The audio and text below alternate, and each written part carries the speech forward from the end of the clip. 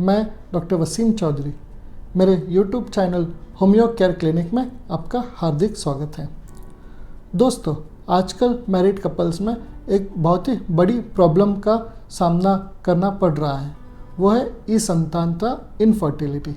असंतानता infertility के वैसे तो काफ़ी सारी रीज़न्स हैं, पर उसमें एक कॉमन कारण है इरेक्टाइल डिसफंक्शन।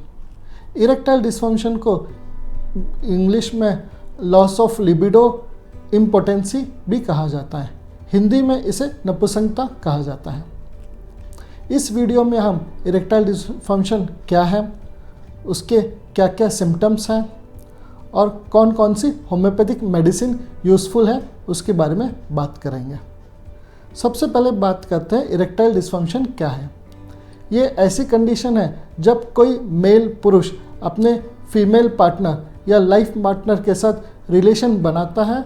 रिलेशन बनाते वक्त जब उसका लिंग पेनिस प्रॉपर्ली टाइट नहीं रह पाता है और वो सेक्स प्रॉपर्ली नहीं कर पाता है, उसे इरेक्टाइल डिसफंक्शन कहा जाता है। हमारे प्रैक्टिस में हमने ऑब्जर्व किया है कि काफ़ी सारे पेशेंट काफ़ी अलग अलग सिम्टम्स, काफ़ी अलग अलग प्रॉब्लम के साथ आते हैं। जैसे फर्स्ट सिम्टम होता है कि इरेक्शन बिल्कुल ही नहीं होता है। बॉडी इतनी वीक हो जाती है, बॉडी इतनी स्ट्रेस में रहती है कि इरेक्शन ही नहीं फॉर्म होता है, तनाव ही नहीं महसूस होता है। सेकेंड सिम्टम्स जो कॉमनली आता है, इरेक्शन होता है पर उसे मेंटेन नहीं कर पाते, उसे प्रॉपरली टाइम तक होल्ड नहीं कर पाते, उसे भी इरेक्टाइल डिसफंक्शन कहा जाता है। कई लोगों में ऐसे होता है कि सेक्स की डिज़ायर ही ख़त्म हो जाती है, इच्छा ही ख़त्म हो जाती है। अगर डिज़ायर नहीं रहेगी, इच्छा नहीं रहेगी तो इरेक्शन नहीं होगा। ये सब कॉमन प्रॉब्लम है या फिर ये कॉमन सिम्टम्स लेके पेशेंट क्लिनिक में आते हैं। अगर आपको ये प्रॉब्लम 3 से 4 महीने में, 2 से 3 महीने में अगर हो रही है, कभी कभी हो रही है, अगर आपके लाइफ में स्ट्रेस चल रहा है, तनाव चल रहा है, तो आप उस तनाव को, स्ट्रेस को कम कर लीजिए, उसे मैनेज कर लीजिए। ये इरेक्टाइल डिसफंक्शन अपने आप ठीक हो जाएगा। अगर आपको ये हर बार हो रहा है, हर वक्त हो रहा है, जब भी आप सेक्स कर रहे हो रहा है, आप इस वजह से आपका व्यवहारिक जीवन, आपका पर्सनल लाइफ इम्पैक्ट पड़ रही है, तो आप डॉक्टर को जाके कंसल्ट कर सकते हैं। अगर आप न्यूली मैरिड हैं और अगर आप फिज़िकल रिलेशन अच्छे से नहीं बना पा रहे हैं, तो इन फ्यूचर आपको इनफर्टिलिटी का सामना करना पड़ सकता है। हो सकता है इसी वजह से आपकी मैरिड लाइफ अच्छी नहीं रहे, आप स्ट्रेस में रहें, आपका कॉन्फिडेंस कम हो जाए और आपका आत्मविश्वास पे भी इम्पैक्ट पड़े। दोस्तों, अब हम बात करते हैं इरेक्टाइल डिसफंक्शन के क्या क्या रीज़न्स हैं। इरेक्टाइल डिसफंक्शन के रीज़न्स जानने से पहले हम देखते हैं कि इरेक्शन होता कैसा है। जब भी कोई मेल पुरुष सेक्सुअली अराउज होता है तो उसके पेनिस में ब्लड फ्लो बढ़ जाता है। ब्लड फ्लो बढ़ने की वजह से ही इरेक्शन और टाइटनेस आ जाता है। जब उसी ब्लड वेसल्स में अगर कुछ ब्लॉकेज आ जाए, कुछ रुकावटें आ जाए, तो वो एक रीज़न बन सकता है इरेक्टाइल डिसफंक्शन का। ये फर्स्ट रीज़न।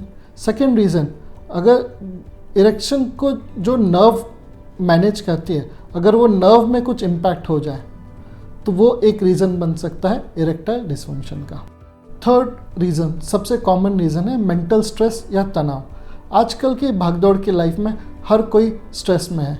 किसे फाइनेंशियल स्ट्रेस है, किसे फैमिली स्ट्रेस है, किसे प्रोफेशनल स्ट्रेस है या फिर किसे बिजनेस स्ट्रेस है। उस स्ट्रेस की वजह से भी इरेक्टाइल डिसफंक्शन में इम्पैक्ट पड़ सकता है। नेक्स्ट है कुछ मेडिसिन। अगर आप कुछ मेडिसिन ले रहे हैं, काफ़ी सालों से ले रहे हैं, जैसे antipsychotic medicine, anti depressive medicine, वो भी इरेक्टाइल डिसफंक्शन पे इम्पैक्ट कर सकती है।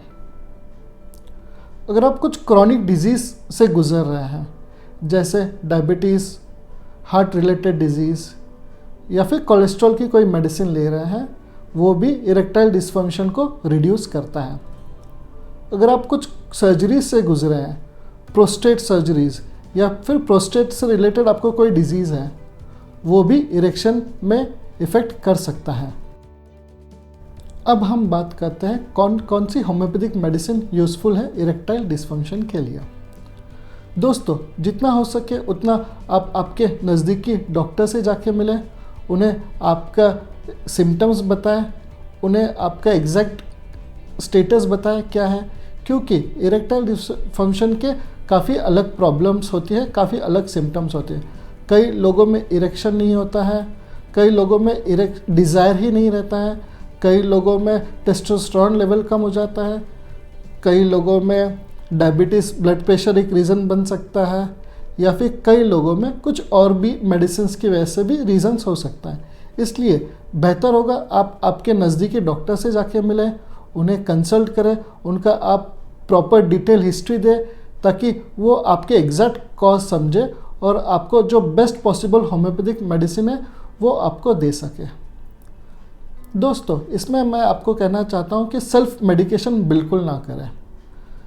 काफ़ी लोग शर्मिंदा होकर संकोच में आकर लोगों को जल्दी बताते नहीं हैं, खुद से ही मेडिकेशन स्टार्ट करते हैं। कहीं ऐड देख ली, कहीं पर चले गए, या फिर कोई फ्रेंड से डिस्कस करके मेडिसिन स्टार्ट कर ली, पर उस मेडिसिन के बहुत से साइड इफ़ेक्ट्स होते हैं। इनिशियली वो आपको रिजल्ट देता है, पर लॉन्ग टर्म पे वो काफ़ी साइड इफ़ेक्ट्स करना स्टार्ट कर देता है। इसलिए जितना हो सके उतना डॉक्टर से कंसल्ट करें और proper medication under doctor observation start करें। फॉर अ नॉलेज पर्पस, अगर कुछ होम्योपैथिक मेडिसिन के बारे में अगर हम डिस्कस करें तो सबसे पहला मेडिसिन आता है डामियाना क्यू। ये एक मदर टिंचर है। ये सभी टाइप के इरेक्टाइल डिस्फंक्शन में यूज़फुल होता है। इरेक्टाइल डिस्फंक्शन स्ट्रेस की वजह से रहे, इरेक्टाइल डिस्फंक्शन सेक्सुअल डिज़ायर ना होने की वजह से रहे, बॉडी वीकनेस रहने की वजह से रहे, या फिर कई अन्य रीज़न की वजह से रहे, डामियाना क्यू यूज़फुल है। उसे आप डेली 3 से 4 बूंद गर्म पानी में लेते रहें। नेक्स्ट मेडिसिन है एग्नस कैक्टस। एग्नस कैक्टस 200 ये यूज़फुल है, पर उसके लिए कंडीशन होनी चाहिए कि आपकी बॉडी में वीकनेस रहे, आपका सेक्सुअल डिज़ायर ही कम रहे। अगर वैसे कंडीशन में एग्नस कैक्टस यूज़फुल है। थर्ड मेडिसिन है लाइकोपोडियम 1M। अगर आप उम्र से ज़्यादा दिख रहे हैं, अगर आप बॉडी वीक लग रही है, या फिर अगर आपकी शादी लेट हुई है, या फिर अगर दूसरी शादी हो रही है, उस कंडीशन में अगर इरेक्शन का इश्यू रहे, इरेक्टाइल डिस्फंक्शन रहे, तो आप lycopodium 1M once in a week ले सकते हैं, 3 से 4 बूंद गर्म गुनगुने पानी में डाल के। नेक्स्ट मेडिसिन है नक्स वोमिका। अगर आप कोई स्ट्रेस में हैं, अगर आप अल्कोहल ज़्यादा ले रहे हैं, अगर आपको रात में नाइट वॉचिंग की आदत है, अगर आप पॉर्न ज़्यादा देखते हैं, उसकी वजह से अगर मास्टरबेशन अगर हो जाए, उसकी वजह से अगर इरेक्शन इशू हो रहा है, तो नक्स वोमिका एक यूज़फुल मेडिसिन है। उसके साथ साथ सेलेनियम भी मेडिसिन है, सल्फ़र भी मेडिसिन है। वैसे तो बहुत सारे मेडिसिन हैं जो इरेक्टाइल डिस्फंक्शन के लिए यूज़फुल हैं, पर बेहतर है आप आपके डॉक्टर को जाके कंसल्ट करें, उन्हें आपकी डिटेल में हिस्ट्री बताएं, और फिर वो जो मेडिसिन देंगे वो आपके लिए बेस्ट मेडिसिन होगी। हमारे क्लिनिक में जो भी पेशेंट आते हैं उन्हें यूजुअली हम 6 वीक्स का मेडिसिन देते हैं। मेडिसिन देने के बाद नेक्स्ट फॉलोअप में जब आते हैं, उसमें क्या सिम्टम्स कम हुए हैं, क्या कंडीशन इम्प्रूव हुई है, उसके अकॉर्डिंगली आगे कौन सी मेडिसिन देनी है, कितनी रिपीटेशन में देनी है, वो हम डिसाइड करते हैं। पर जितना हो सके उतना आप आपके नज़दीकी डॉक्टर से जाके मिलें और उनसे कंसल्ट करें। दोस्तों, उम्मीद करता हूँ आपको ये video erectile dysfunction, loss of libido, नपुंसकता की ये जो जानकारी है आपके लिए आपको पसंद आई होगी और आपके लिए लाभदायक हो।